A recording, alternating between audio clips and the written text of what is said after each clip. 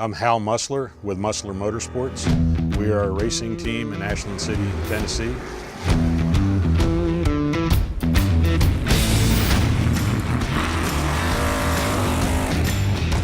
The average day in the shop is we're working on preparing our race cars for upcoming events.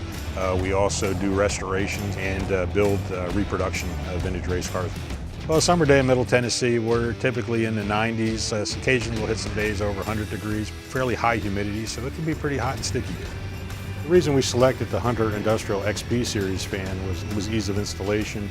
It took one person a little less than 2 hours to complete the install. And when we compared the fan to the competitive products, what drove us forward on that was the ease of installation, available to use our existing 110 power.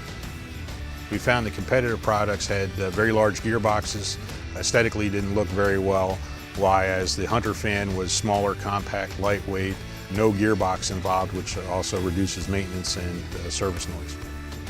At Musler Motorsports, we believe gearboxes are for our race cars, not for our ceiling fans.